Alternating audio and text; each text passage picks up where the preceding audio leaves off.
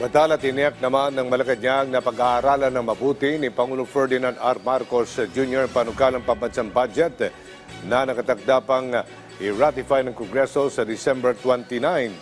Pagtitiyak ni Palace Press Officer Yusek Claire Castro, hindi palulusutin ng Pangulo ang anumang questionableng bahagi ng 2026 General Appropriations Bill.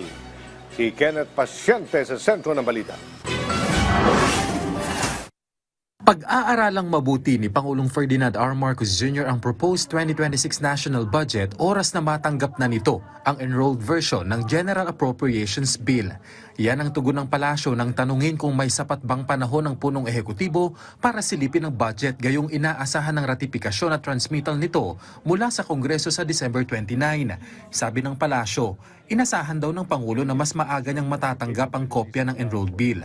Gayunman, makatitiyak pa rin ayon sa palasyo ang publiko na bubusisiing mabuti ng Pangulo ang panukalang pambansang budget bago ito pirmahan.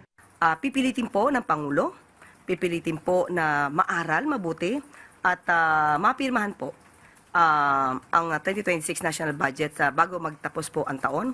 Pero ang tinitiyak po ng Pangulo ay aralin, matutukan, mabusisi ang nasabing enrolled bill at matiyak na ang mga nakalagay dito ay naaayon sa prioridad ng administrasyon, isang malinis, makatao at nakatuon ang mga bills na to or rather ang mga provision dito para sa taong bayan.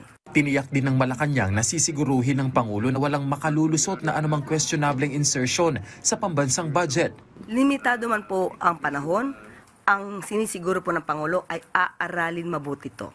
Kung may dapat i-veto, i-veto po ng Pangulo. Pagbibigay diin ng palasyo, tututukan ito ng Pangulo kaya hindi ito magbabakasyon. Sa Pangulo po, din po kailangan magkaroon ng Christmas break, kailangan po talagang aralin ito at pipilitin na mapirmahan po ito bago magtapos ng taon. Oras na matanggap ang enrolled bill, inaasahang makakatulong ng Pangulo ang Department of Budget and Management sa paghimay sa panukalang pambansang budget. At kung may kinakailangan pong tawagin ang Pangulo na mga cabinet secretaries para po mas malinaw, ipapatawag po kung sino man po ang kinakailangan na namumuno sa isang related agencies. Nitong Huwebes, tinapos ng Senado at ng Kamara ang Bicameral Conference Committee deliberations ukol sa proposed 2026 General Appropriations Bill matapos ang 6 na araw na negosasyon na layong i-reconcile ang mga magkakaibang probisyon ng 6.793 trillion pesos na proposed budget. Matatanda ang itinuring ng Pangulo na Christmas wish ang pagkakaroon ng good budget sa susunod na taon.